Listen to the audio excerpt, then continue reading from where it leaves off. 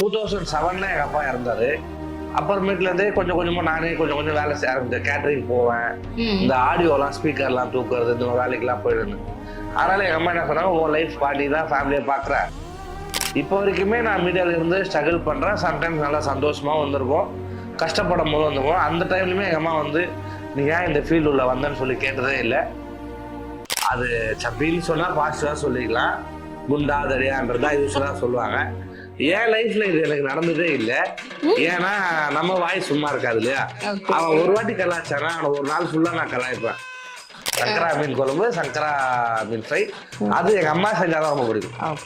நிறைய பேர் நல்லா செய்வாங்க, பட் இருந்தாலுமே எங்க மம்மி செய்யறதா ரொம்ப ரொம்ப பிடிக்கும். ஆனா பாருங்க, எங்க பாப்பா என்றவர் எவ்வளவு பெரிய ஆள் தெரியுமா, நல்லது சொல்லி கொடுத்துருக்காரு. இப்ப இருக்க இந்த சோட்டா பீம் இவங்கலாம் என்ன பண்றாங்க, லட்டு சாப்பிட்டா பவர் வரும்ன்றாங்க. லட்டு சாப்பிட்டா பவர் வராது, சுகர் தான் வரும்.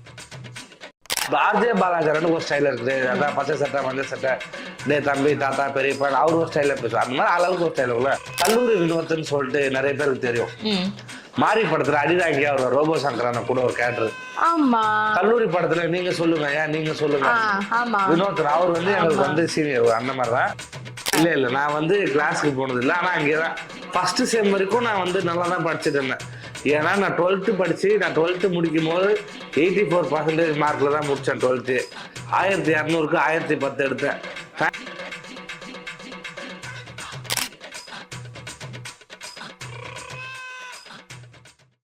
எஸ்வி ரியல் எஸ்டேட் மற்றும் உங்கள் ப்ராப்பர்ட்டிஸ் வழங்கும் சிஎம்டிஏவால் அங்கீகரிக்க பெற்ற அனைத்து வசதிகளுடன் கூடிய வீட்டு மனைகள் ரெடியில் மாதவரம், பொன்னேரி, மீஞ்சூர் பகுதிகளில் உடனே வாங்கிட இன்றே தொடர்பு கொள்வீர். தொடர்பு கொள்ள வேண்டிய தொலைபேசி எண் 9791175755. நேயர்கள் அனைவருக்கும் வணக்கம். இந்த நிகழ்ச்சி நம்ம சேனலோட புதிய நிகழ்ச்சி. எப்பயுமே ஒரு செலிபிரிட்டிஸ் இன்டர்வியூ மாதிரி தான் பார்த்துருப்பீங்க. பட் இந்த நிகழ்ச்சியில செலிபிரிட்டியா இருக்க போறது இல்லை. நம்ம கூட படிச்ச ஒரு ஃப்ரெண்டு மாதிரி ஒரே பெஞ்சில் உட்காந்து அரட்டடிக்கிற மாதிரியான ஒரு நிகழ்ச்சி தான் இந்த நிகழ்ச்சி. இந்த நிகழ்ச்சி jolly talks with Yuva, with me Yuvashree. Okay, இந்த நிகழ்ச்சியில் ஃபஸ்ட்டு செலிப்ரிட்டியாக நம்மளுக்கு ஒரு சப்போர்ட், ஒரு மோட்டிவேஷ்னல், அந்த எனக்கு ஒரு பர்சனலாக நல்ல நண்பர், உங்கள் எல்லாருக்குமே தெரிஞ்ச லோகேஷ் பாப்பாடி அவர்கள் தான் நம்ம கூட இன்னைக்கு இணைஞ்சிருக்காங்க. வணக்கம் லோகேஷ் பாப்பாடி. வணக்கம்மா. ஹாய். இன்டர்வியூ எப்பவுமே வந்து ஜென்ரல் இன்டர்வியூ மாதிரி இருக்காது அப்படின்னு சொல்லிட்டு ஆஸ் யூஷுவல் ஆரம்பிக்கும் போது வணக்கம் அப்படின்னு சொல்லிட்டேன். அதான் எனக்கு கஷ்டமா இருக்கு. ஹாய். ஹாய். ஹாய். ஓகே, எல்லாருமே வந்து லோகேஷ் அப்படிங்கிறது உங்க பேரு. ஆமா. பாப்பாடி அப்படிங்கிறது என்ன? பாப்பாடி வந்து இது வந்து நிறைய வாட்டி சொல்லியிருக்கேன், மறுபடியும் இருந்தாலும் உங்களுக்காக சொல்றேன். ஃபஸ்ட்டு இந்த ஃபேஸ்புக் கலாச்சாரம் உருவாகும் போது வந்து அப்போதான் வந்து இந்த மொபைல் டேட்டாலாம் 2G ஸ்பீட்ல இருந்ததுக்கு முன்னாடி, அப்போதான் வந்து இந்த ஆண்ட்ராய்டு மொபைலே அப்போதான் வளருது. இந்த 90s பிறந்தவங்களுக்குலாம் தெரியும்.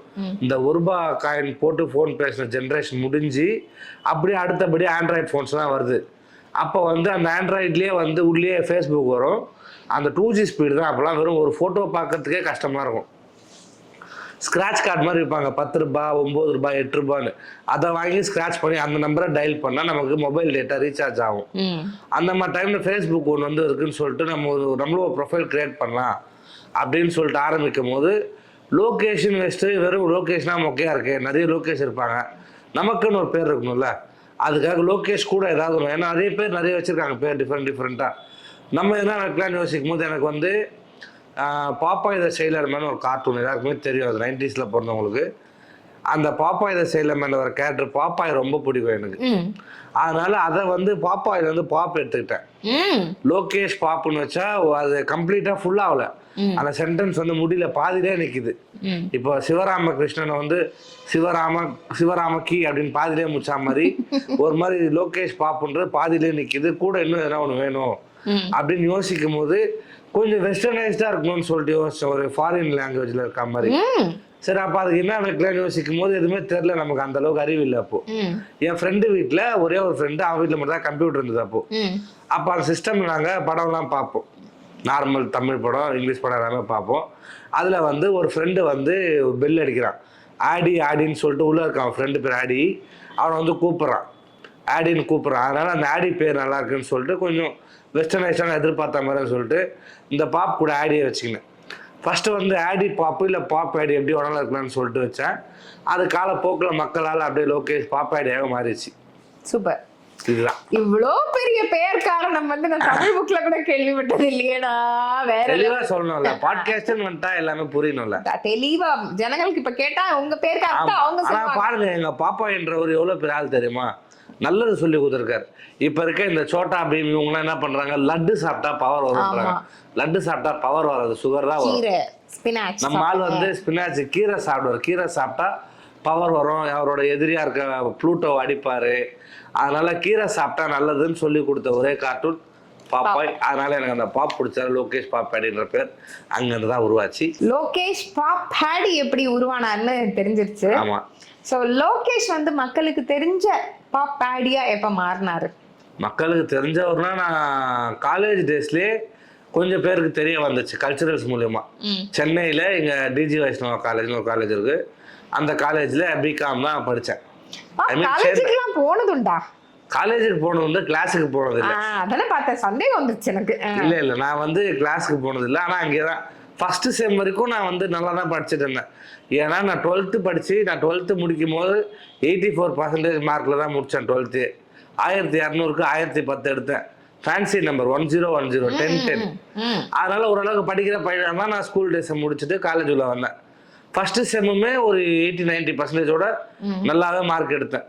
அதுக்கப்புறமா தான் எங்கள் காலேஜோட கல்ச்சுரல் ஸ்ட்ரீம் உள்ள போனேன். அது உள்ள போனதுல இருந்தே நான் வந்து கிளாஸுக்கு வந்து கட்டடிக்க ஆரம்பிச்சிட்டேன்.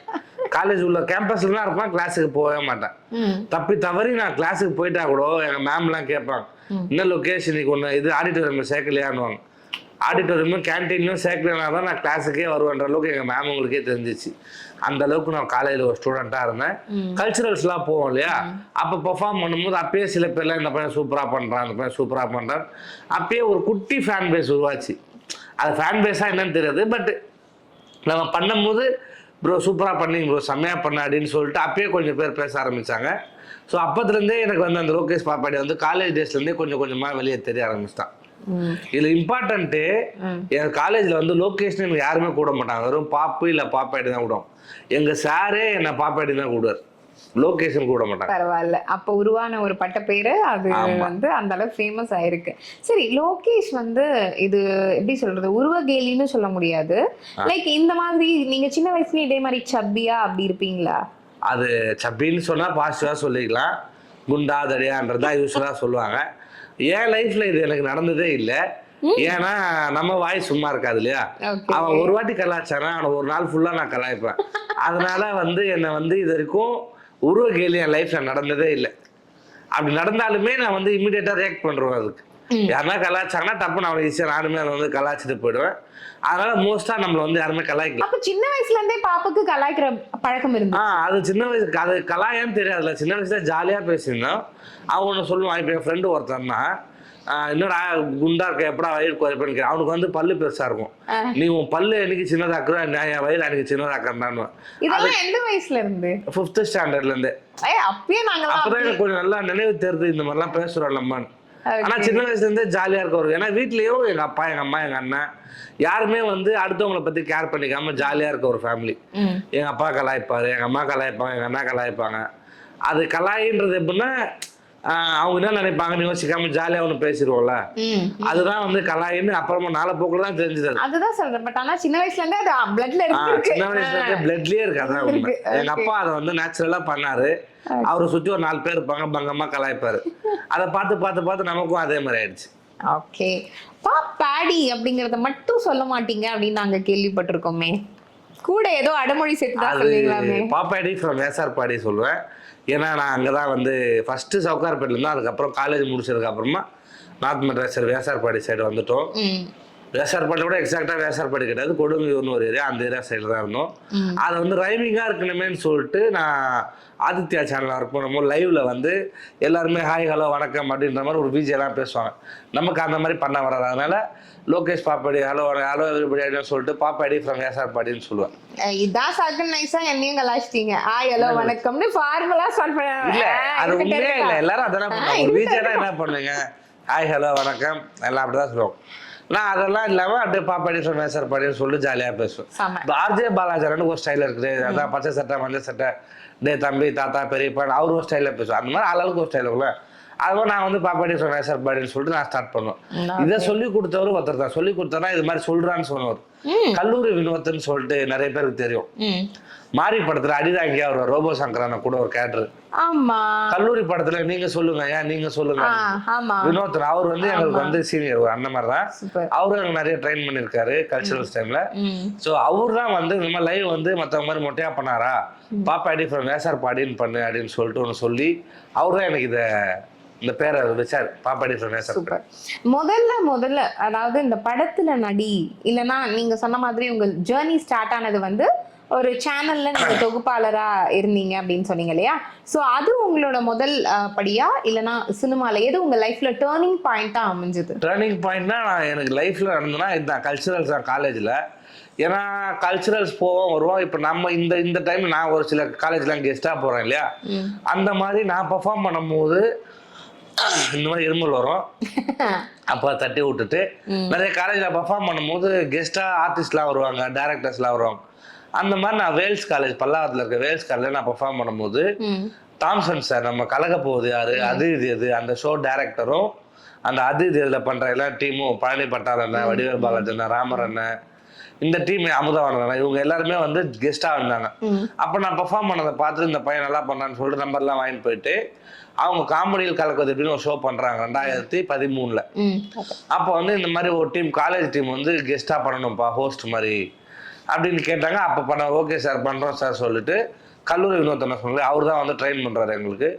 ஸோ அவங்க டீமும் எங்கள் டீமும் சேர்ந்து பெர்ஃபார்ம் பண்ணுறோம் அந்த விஜய் டிவியில். ஃபர்ஸ்ட் நான் விஜய் டிவியில் போனது இப்படி தான். ஓ ஃபர்ஸ்ட் அப்ப ஃபீல்டுக்குள்ள வந்து விஜய் டிவி மூலமா?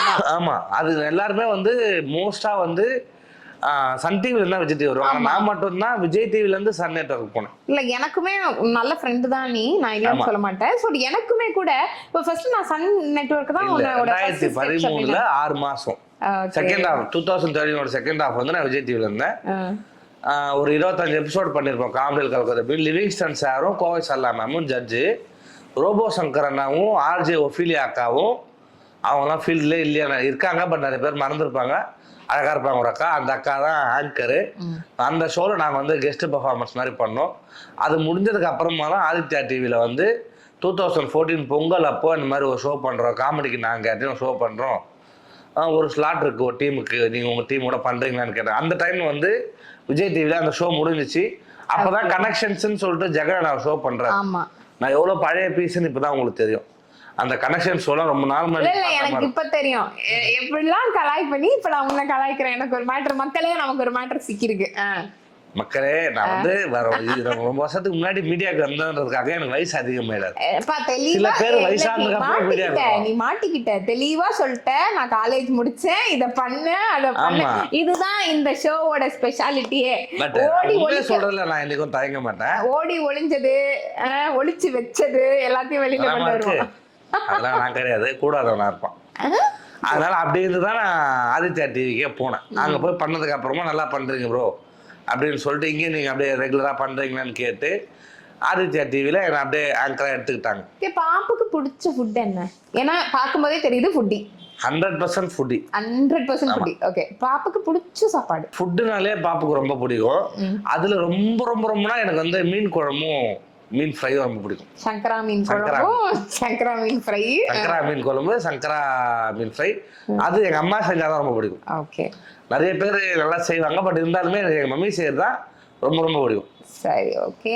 நீ அதிகமா ஏதாவது ஒரு ஹோட்டல் எனக்கு ரொம்ப பிடிக்கும், இந்த ஹோட்டல்ல நான் அடிக்கடி சாப்பிடுவேன் அப்படிங்கிற மாதிரி ஏதாவது ஒரு ஸ்பாட்? ஒரே ஒரு ஹோட்டல்னா எப்படிமா சொல்றேன், நிறைய ஹோட்டல் ஃப்ரீக்வென்சியா போறது ஒரு ஹோட்டல் இருக்கும். என்ன அடிக்கடி நான் வீட்டு பக்கத்துல இருக்கேன். நான்வெஜ் இல்லையா? நீ வெஜ் பக்கம் போக மாட்டாது எனக்கு இல்ல, வெஜ்லயும் போவோம். நான் வியாழக்கிழமை மட்டும் வெஜ் பக்கம் போவோம். வியாழக்கிழமை வெஜ் தாண்டி சம்டைம்ஸ் வெஜ் சாப்பிட மூடு இருக்கும்போது வெஜ் ஹோட்டலும் போய் ஃப்ரீக்வென்ட்டா எதுக்கு போவ? Veg or non veg? எதா இருந்தாலும் நான்வெஜ் தான்.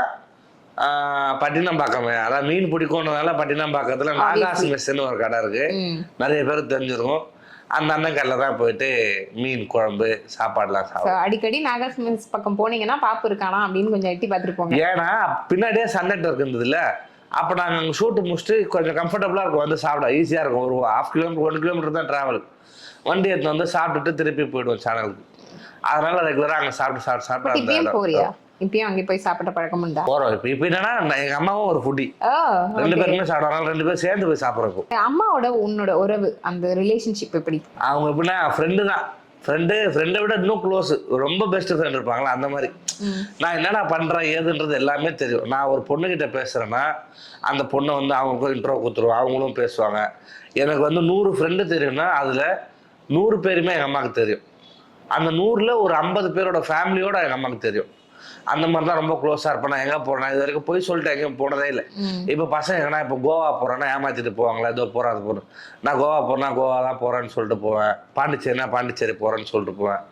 அதனால அந்த ரெஸ்ட்ரிக்ஷனும் இல்லை, 10 மணிக்கெலாம் வீட்டுக்கு வரணும், வெளியில் சாப்பிடாத வீட்டுக்கு வந்தால் சாப்பிடணும் அப்படின்ற தொல்லை பண்ணது கிடையாது இது வரைக்கும். 2007 எங்கள் அப்பா இறந்தாரு. அப்புறமேட்டுலேருந்தே கொஞ்சம் கொஞ்சமாக நானே கொஞ்சம் வேலை செய்ய ஆரம்பிச்சேன். கேட்ரிங் போவேன், இந்த ஆடியோலாம் ஸ்பீக்கர்லாம் தூக்குறது, இந்த மாதிரி வேலைக்கெல்லாம் போயிடுந்தேன். அதனால எங்கள் அம்மா என்ன சொன்னாங்க, உன் லைஃப் நீ தான் ஃபேமிலியை பார்க்குற, அதனால உன் இஷ்டம்னு சொல்லிட்டாங்க. நான் மீடியாவுக்கு வரத்துக்குமே எந்த தடையுமே இல்லை எங்கள் அம்மா. ஏன்னா நல்லா படிச்சு இந்த பையன் சொன்ன மாதிரி 12th வந்து 84% எடுத்த பையன், காலேஜில் அட்டனன்ஸே 0% அளவுக்கு ஆகிட்டேன். ஏன்னா கல்ச்சுரல்ஸ் ரெகுலராக போகிறேன். அப்பயும் எங்கள் அம்மா வந்து என்ன எதுவும் கேட்கல, உன் லைஃப் நீ தான் பண்ணுற, உன் இஷ்டப்படியான்னு சொல்லிட்டு என்னை எங்கேயுமே தடுக்கவே இல்லை. இப்போ வரைக்குமே நான் மீடியாவில் இருந்து ஸ்ட்ரகிள் பண்ணுறேன். சம்டைம்ஸ் நல்லா சந்தோஷமாக வந்திருக்கோம், கஷ்டப்படும் போது வந்திருக்கோம். அந்த டைம்லையுமே எங்கள் அம்மா வந்து நீ ஏன் இந்த ஃபீல்டு உள்ள வந்தேன்னு சொல்லி கேட்டதே இல்லை. அதனால் எங்களுக்குள்ள ஒரு மிஸ் அண்டர்ஸ்டாண்டிங், ஒரு சண்டை வரும், திடுக்குன்னு பயங்கரமாக ஆச்சு, இப்போ திட்டிப்போ மாறி மாதிரி லூஸ் மாதிரி. ஒரு 5வது நிமிஷமே அப்படியே அது ஆன மாதிரியே இருக்காது, கேஷுவலாக இருக்கும். சரி, நீ வந்து இந்த பிளட்ல கலந்த அந்த உன்னோட ஒரு நக்கல், அந்த ஒரு கிண்டல், அந்த ஒரு கலாய், இது வந்து உன்னோட ஒரு சந்தோஷமான பக்கத்தை நீ வந்து எங்களோட ஷேர் பண்ணிக்கிட்ட. இந்த விஷயத்தால நீ வந்து ரொம்ப கஷ்டப்பட்ட. கீழே வந்து பஸ்ல எல்லாம் சண்டைக்கு வந்தாங்க, என்ன தலை அப்படி பேசுறேன் இப்படி பேசுறேன்னு சொல்லி சண்டைக்கு வந்தானு. அப்புறமா கொஞ்ச நாள் நானும் சண்டையை போட்டு வாக்குவாதம் ஆகி. நீ சண்டைலாம் போடுவியா? சண்டைனா நம்ம திட்டினா நம்ம சும்மா இருக்க முடியுமா? கெட்டவட்ட பேசுவியா? ஃப்ளூயண்டா பேசுவேன். அடேங்கப்பா, ஜாக்கிரதையா தான் இருக்கணும் போல. இல்ல யார்கிட்ட பேசணும், எங்க பேசணும், எப்ப பேசணும், எவ்வளவு பேசணும்னு தெரியும் எனக்கு.